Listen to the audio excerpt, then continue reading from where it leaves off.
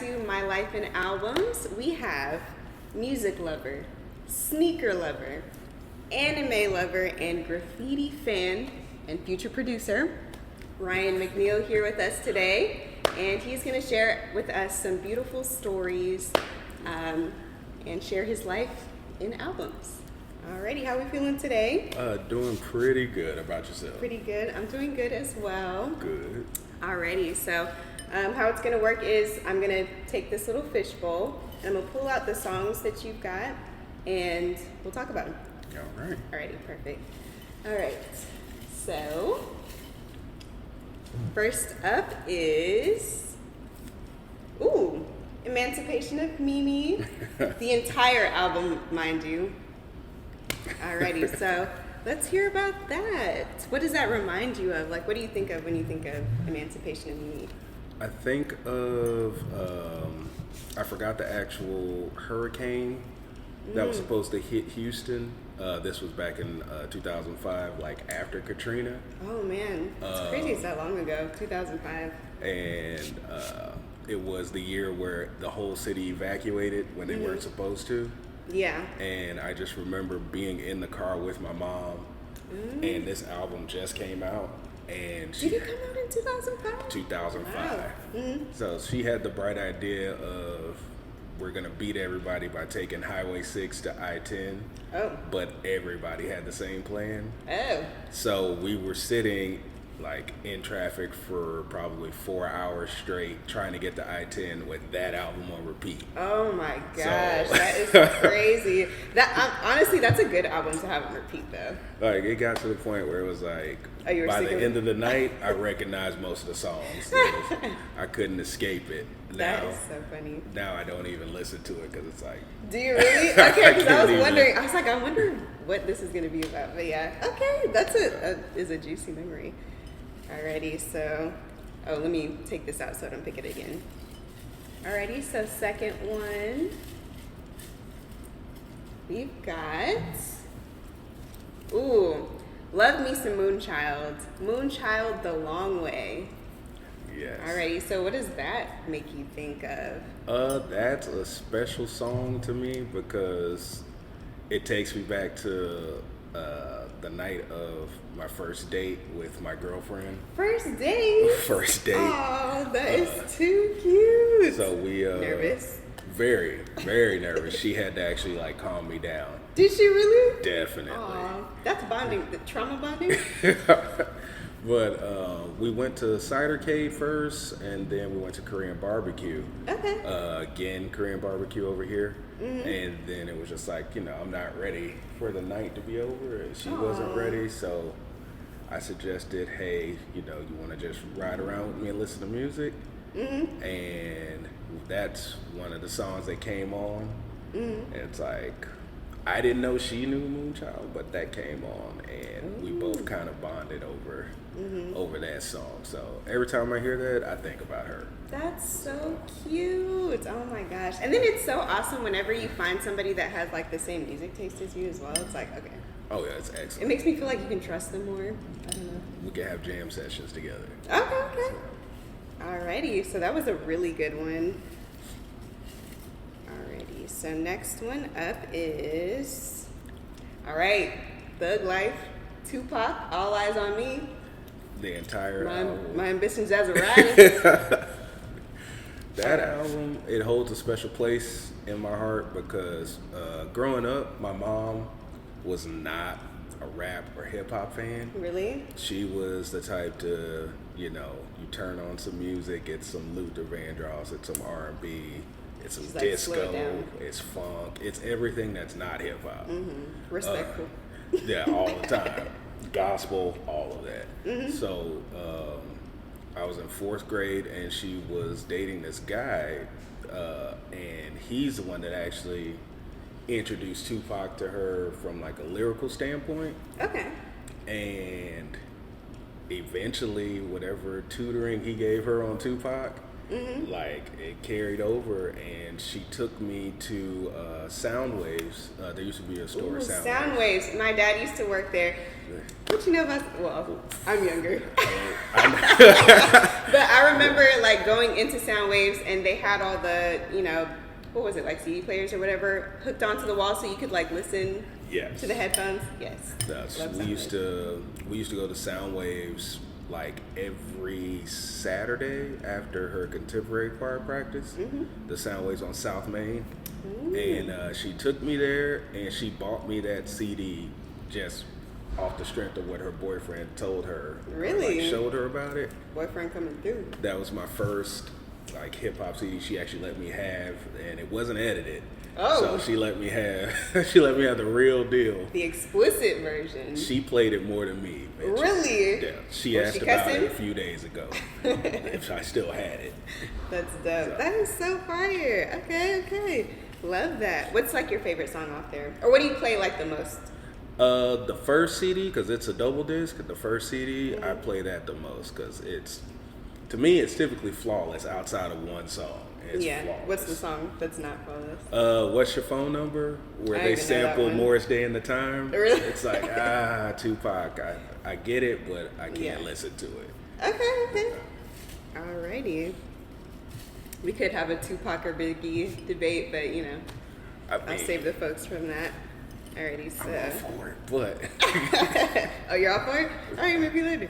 Alrighty, so, personal favorite of mine, Kanye West, Flashing Lights. Oh my gosh, man. Does this make you feel like you're like driving down the highway at night in like Tokyo or something with flashing lights? And it's just you riding solo. Yes. Yeah.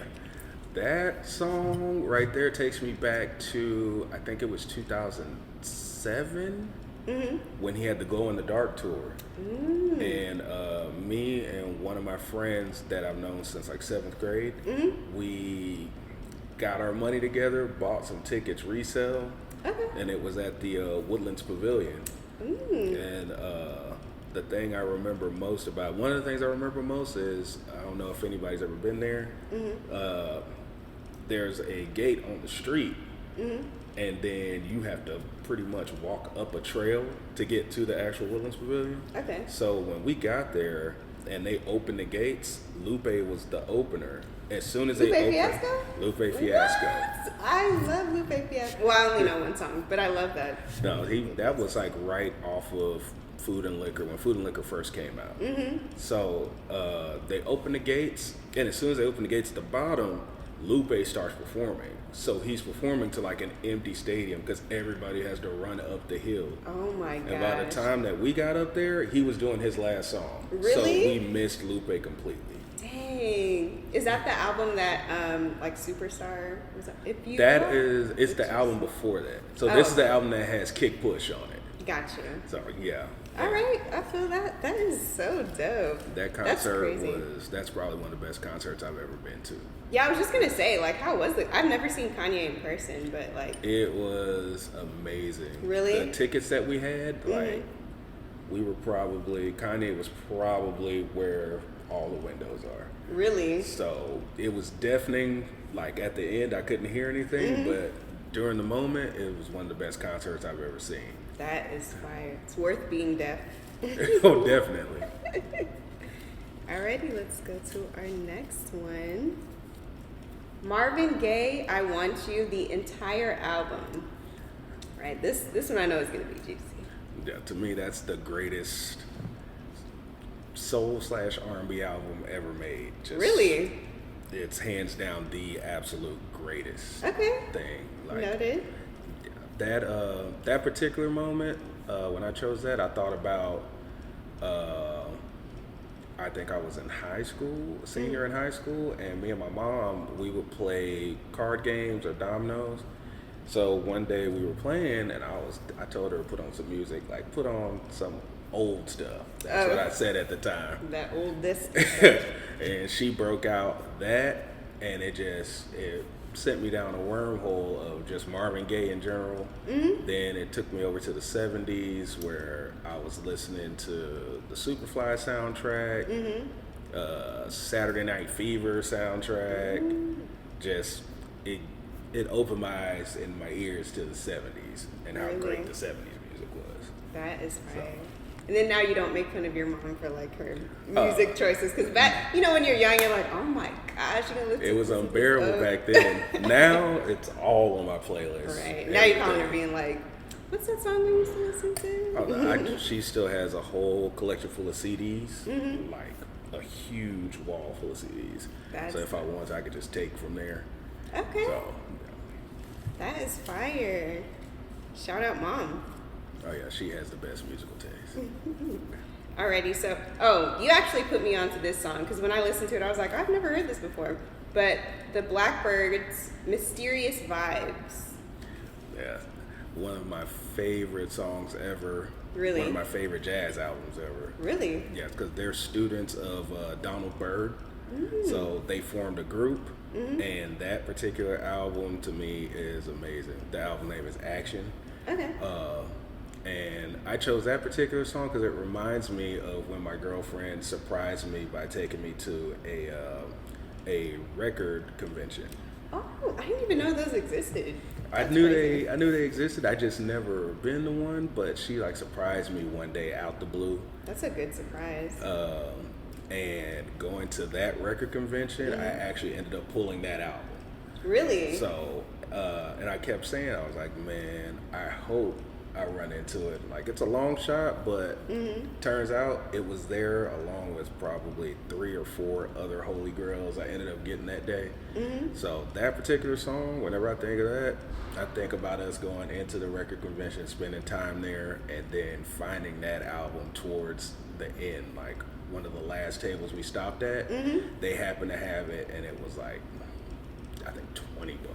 Really? $20? $20. It's always the last table. It's always when you're about to leave, like, oh, let's just check like this one last They one. had tons more too, but it was out of the budget at the moment. Yeah. But they had so much stuff I wanted to grab there. That I is wish I could fire. go back and get all of those albums. Really? Maybe you can. Record convention number 2. Another surprise. Shout out to the Boo. Definitely shout out to the Blue. Alrighty, so we've got Warren G. Regulates. Yeah, that I love that song. That particular song reminds me of just when I was a kid, and like I said, my mom was not doing hip hop. Yeah. But I was hanging with some extended family members, and it came on, and they all knew the song. Really? They all knew the song, and Oh, so she was the only like church PG one. And then eventually, I ended up learning that song word for word. If I remember correctly, that's the first song that I ever learned. Really? Like word for word. Rap it right now. No, just kidding. It was a clear blue night, clear white moon.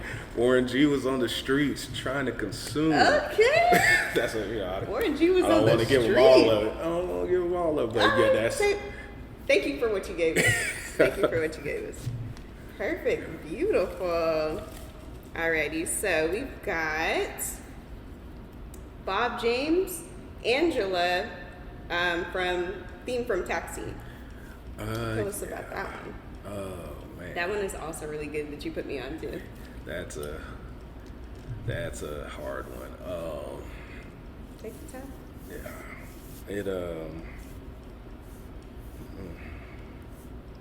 that reminds me of being a kid and spending summers in the country with my granny. And yeah, Sorry. she just died last Saturday, and we just buried her this past Thursday. So, yeah, that particular song reminds me of spending those summers with her in the country, because she used to. Do we know if Sorry. you need to take a break or anything? No, I'm Or if you okay. You know, she used to watch Nick at Night, and it would have all George these Lopez. old shows and stuff on there. Taxi was one of those shows, and it really put me on to theme songs actually being like good songs where this is like actually composed. Like this isn't just a throwaway. This is an actual song that we're using. And like that theme song, the Three's Company theme song. Three's Company? Like, Three's Company too. Just excellent theme songs in general that they used to make. And then you could find them on somebody's albums. Like that's how I kind of discovered Bob James later on. So it was just thinking of memories, just sitting there watching Nick at Night with her before she would make me go to bed. But yeah, that Taxi theme song, I can't tell you what the show was about outside of it being a taxi company or if it was funny or not, but that theme song always hit. Always hits. That's beautiful. That's beautiful. Thank you for sharing that. Of course. Alrighty, so we've got Hard Knock Life, Jay-Z. It's the Hard Knock Life. That came out when I was in 6th grade. I think 6th or 7th grade, if I'm being... I think so. And very important time in school. Oh yeah, that's when music is on the radio on the school bus, and you got to be in tune with everybody. That was the first album I bought with my own money. Really? At Soundwaves. How much was it? That was a long time ago. A long time ago? That was a long time ago. I remember I bought that, and I bought the Slim Shady LP the same day. Slim Shady, that's crazy. I bought those the same day from Soundwaves, and I just remember like, oh man, I actually had this album in my hands. I bought it with my own money, and then I did the thing we used to do where we take the CD cover out and put it in the front of the binder, like that, the clear pocket. So just to show, you know, I had this CD now. Okay. I wore How that are you CD feeling? out. Oh, I felt amazing. I had it in my Discman. And yeah, eventually somebody stole it, but oh my gosh. But yeah, that was the first album that I went in and purchased with my own money, and my mom was cool with it. That is fire. Did she listen to it before you purchased it? Oh no, she didn't listen to it. She's like, Mom, this is the new Slim Shady gospel album. No, I wouldn't let her listen to that one. She knew of Jay-Z, but she, like, you know, does the older person thing. Was like, what's his name? Lazy J. Oh yeah. Jay. Why they do that? They know what you're doing. So yeah, she knows of Jay-Z, but she was cool with me having that album. She listened to maybe Hard Knock Life. Okay. But Slim Shady LP, that there was no way I was Absolutely gonna let her. Not. Absolutely. I kept that CD hidden. Yes. It may still need to be hidden.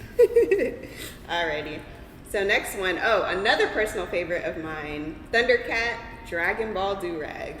So I've got memories of this one, but tell me about it. That song for me represents a time in my life, like when it came out, I was sort of starting to understand what a blurred was. You know, What is that? Basically, people say like black nerd. Oh, But, okay. you You just know. taught me something. Yeah, it's not the way. It's basically, you're into anime, you're into things that are kind of outside of typical black culture. Absolutely. And things like that. So like I ended up finding this Facebook group called Audio Blurds. Okay. And I joined that, and it was like, wow, it's a bunch of people that's kind of like me. Like, we have anime memes in here, and like kind of different cultural talking points, and it's not just what a typical like gathering of black people would be as far as the content that's being discussed or things like that. Like, it's stuff that some black people would deem Weird. You get made fun of, clowned. Yeah. Absolutely. So it's like that song right there, it kind of, I would say, fostered like a blurred awakening. Like, okay, this is like, there's a lot of people who think the same stuff that I like is cool. Yes. So, and then of course, Thundercat himself. Big blurred. Big blurred. So. Shout out Thundercat, the biggest blurred. excellent artist too. Yes. Like that song. Crazy on the bass. That song in particular, I personally think it's one of the best composed pieces of music I've ever heard. Yeah. Like there were stretches where I would listen to it for probably 2 hours on repeat. Oh, Just yes. hear something new every single time. Like I absolutely adore that song and how it's composed. Oh, that is beautiful. I love that song. I look kind of flat. Yeah, that's how it starts, right? Standing next to you, baby girl, how do I look in my do? Yes. Yes. And my girlfriend bought me a Dragon Ball do-rag. Did she? Look at the girlfriend for our, coming through. Oh my for our gosh. anniversary. Girl, yes. All right. Oh. Now we're gonna have to stand up for this one. Oh, Little man. Kiki Southside. Anybody want to join? Anybody want to join? We gotta do it. Right. Okay. All right. Are you gonna do it with this? No. We can't get the boo, but we're gonna do the Southside. So we're going to the left. We're gonna go to the right first. Right. Okay. So Look, guys, I'm not from the South Side. I'm from the East Side of Houston, but I'm from the North Side, but okay. you have to. So That's it. this, Southside. Southside. Hey. you got. I don't even know if I was doing it right. Oh no, you on point. Alrighty, beautiful. Tell me about the South Side. I might have a pretty long talking point on this one, but Let's go. that song to me represents several things. To me, it's the greatest Houston rap song ever made. Because he was representing the South Side, of course, but he wasn't disrespecting Yeah. any other side of Houston, and this was like in the heat of the whole North Side, South Side thing. And it also represents back when 97.9 was actually good. Man, which was a long time ago. Back when A long 97.9 time was ago. good, I would sneak and listen to it on the radio in my room. And Southside and what's the other song he had? It's Going Down. I feel like they used to play that every hour. Is that the Meet Me in the Club? Meet Me No, in that's the Young Club? Job. Oh, my bad. That's Sorry, Young guys. Job. We can cut that one. I don't want people to think I don't know what I'm talking about. That song to me is the greatest thing we've ever produced hip hop wise. Like it transcended the city beef. Like it was played everywhere. Wow. And one final thing, it also represents back when Houston, like our music scene was a lot better. There used to be a music video show that would come on the WB after Kids WB, Okay. after all the cartoons, called Straight from the Streets. And it was hosted by Mad Hatter and Crazy C from 97.9. Mad Hatter. Yeah. So I saw that music video for the first time on that show. That's crazy. And that's the first time I also saw Houston rap music videos like being played on a regular basis. Yeah. Like that Lil O Back Bag video, 3 2s Coming Down, Big Mo's Man video, Botany Boys, Thought of Many Ways. Like all those Houston videos, Lil O with Destiny's Child, Can't Stop. Ooh. Like first time I saw all those videos was on that show. And like that Southside video like made me realize like nah, we're kind of serious out here about this hip hop thing. Yeah. Because I never saw a Houston music video for a Houston rap song outside of the Ghetto Boys Right. or the more famous acts. Yeah. But seeing like the Lil Kiki Southside video for the first time was insanity to me. It blew my mind. Especially him and his friends out there doing the Southside in front of the Astrodome in the video. Ooh, the Astrodome. Guys, shout out H-Town. That video blew my mind. Like Houston is really, really in the rap game. Yeah, and with such a unique sound too. Nobody Yes. else sounds like Houston. Nobody. Nobody else sounds like Nobody Houston. at I think. all. They tried, but no, they failed. H-Town. So, yeah. Beautiful, beautiful. We love Houston, guys. We love Houston. Alrighty. Tell me about Status Symbol 1, the first one, Nipsey Hussle. I was a very big Nip fan. Still a very big Nip fan. it takes me back to when the day he died. Because, a little backstory. I discovered Nip on Rap City. Okay. So they had a segment where they played a random music video before they played others. And it was a music video to a freestyle Nip did. And the first time I saw him, I was like, who is this? Like, who? Dude looking like a light-skinned Snoop. Like, who is this? Honestly, and kind of sounded like him a little bit too, his voice. I don't know. And I was like, I don't know who he is, but he's kind of going hard right now. And then this was back when I was like on message boards. So I was a member of a couple of hip hop message boards. The most notable one was allhiphop.com's Ill Community. So I went there and somebody else was talking about him and they posted Hustle in the House. And that's when I was like, oh, okay. Like, yeah, this dude is serious. Yeah. So going back to Status Symbol, that's probably my favorite Nip song ever. Really? Like ever. Really? Okay. It showed that he wasn't just a gang member, and he's not just rapping about gang activities. Like, no, let me tell you about how to hustle legally. Let me show you, if you don't hustle, this is what happens. Yes. This could happen to you in the streets, even though you're a gang member and you're trying to get it right, and you're trying to leave this alone. This could still happen to you. Like, Status Symbol, to me, like, that encapsulates every perfect thing about Nipsey Hussle as a rapper. Yeah. So when he died, that day he died, I'll never forget that one. I didn't check my phone for hours for some reason. And I picked up my phone randomly in the evening, and Bleacher Report, which is a sports app, had a notification on my phone, and it just says Nipsey Hussle shot in Los Angeles. Oh, man. And I couldn't believe what I was reading, and the next notification from Bleacher Report again was Sports World mourns the death of Nipsey Hussle. And I literally yelled out, they killed Nip? Like, I couldn't believe it. Yeah. And I was at a friend's house at the time, so when I started going home, I just put Status Symbol on. I literally drove the long way home and had Status Symbol on repeat, just rapping it over and over. And yeah, that song right there, like, that encapsulates my love for Nip as a rapper. Like, yeah.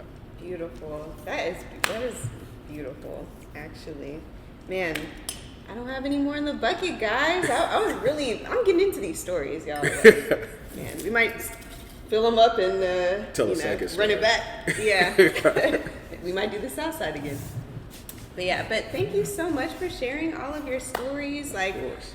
honestly, I'm so glad to get to know you through your music taste. I feel like music is so personal, and I just thank you for sharing. Thank you for having me. And I'm going to go ahead and plug your socials. So guys, if you want to follow Ryan Mcneal on Instagram, we're going to put it on the screen as well, somewhere, bottom, top, somewhere, corner. But it is at RoundRyan _281, S is in snake, N is in Nancy, K is in kite, R fiend. So yeah, go ahead and give him a follow. He's got some great stories, and he's gonna have some great beats coming out, guys. Future producer. He's a little shy about it right now, but it's happening. So thank you for listening to his future music, and thank you so much for joining me today. All right, thank you. Peace. Southside. All right. Thank you. Thank you so much. How was it? Was it as crazy as you thought it was going to be? You did really good. You honestly did so good.